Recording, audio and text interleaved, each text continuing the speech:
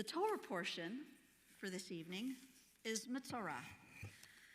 Tazria was last week, Mitzorah this week, and these are two of the more interesting, a little bit disgusting, but very honest, as the Torah always is, portions.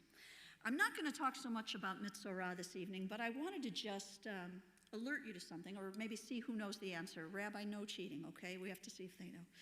There are some special Shabbats or Shabbatot that precede Passover. Who'd like to try and guess how many Shabbatot there are before Passover that are extra special, that have a special name? But how many do you think? That's good, you got one of them, that's great. How many altogether, though? How many special Shabbatot leading up to Pesach? One? More? Three? You're getting closer. Thanks, Marshall. There's 5. I'm going to tell you what they are. If you feel so inclined to say ooh or ah as I tell you about these, that would be lovely as well. All right, so one of you already named one, but let me go in order. The first of the 5 special Shabbatot is called Shabbat Shekalim. You've heard what you know, shekel, or shekel, shekalim. And this Shabbat happens because we named this Shabbat one of the special, the first of the 5, because in ancient times, the Jewish people were expected to help to finance the maintenance of the Holy Temple in Jerusalem. And they did this by paying half a shekel once a year, and this was expected not of every person, but of all men the age of 20 or over. It's sort of like an early version of the All-In campaign, or right? The building fund type of a thing. Shabbat Shekalim. The next of the 5 is called Shabbat Zachor, which means the Sabbath of remembrance. And this particular Shabbat reminds us, causes us to remember the battle when the ancient Israelites fought against Amalek. Now, Amalek was one who sought to destroy us, and this battle occurred somewhere during the journey from Egypt up until they got to Mount Sinai.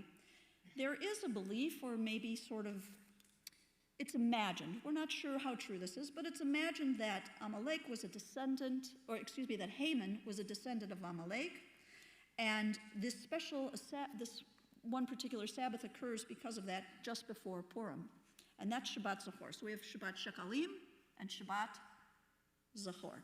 The third of the 5 is called Shabbat Parah. This is a very interesting one. This is the Sabbath of the red heifer, the red calf. And this recalls the ancient practice of purifying someone who had become ritually impure or contaminated through direct or possibly indirect contact with a corpse. They needed to be purified in order to participate in the Passover offering. That is Shabbat Parah. So name them with me now. Let's see if we can remember. Shabbat Shekalim, Shabbat Zachor, Shabbat Parah. Awesome. The 4th of the 5 is Shabbat HaChodesh.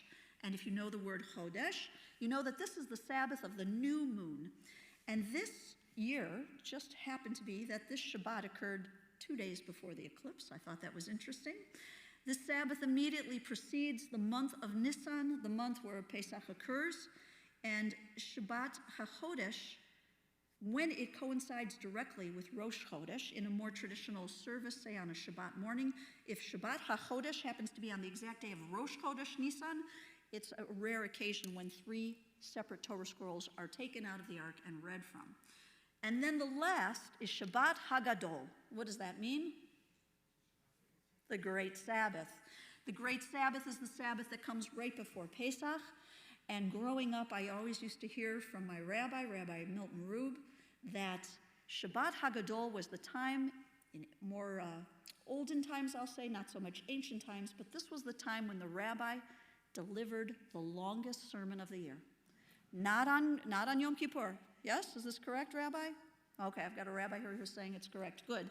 So what I wanted to tell you is I will not be taking off my watch. Don't get nervous. But I just wanted to let you know that this particular Shabbat was viewed as so extra special, Shabbat HaGadol, that this is really when the rabbi spoke and delivered the longest message of the year to his congregation, his or her, well, it would have been his congregation in the time. Now, the portion Mitzorah is a word that means leper, or perhaps one being diseased, one who is being diseased, a leper. And tonight we're going to read a little bit from this portion. I strongly encourage you to go home tonight or perhaps tomorrow during your Shabbat and read it in its entirety. It's fascinating. It's amazing the ways that they decided to deal with medical conditions and impurities, not just of the body, but of the home. It's a fascinating portion and certainly deserves the time for you to take to read that. I'd like to ask Eileen Collins to come up here and help me with the blessings.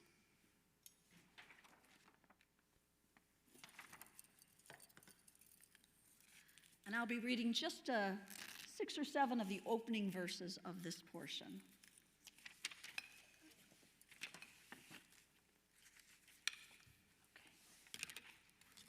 Baruch Adonai Hamvorach. Baruch Adonai Hamvorach Leolam Va'ed.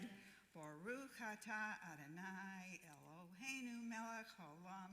Asher Bachar Banu Mikol Ha'amim V'natan Lanu Et Torato. Baruch Atah Adonai Noten HaTorah. Amen.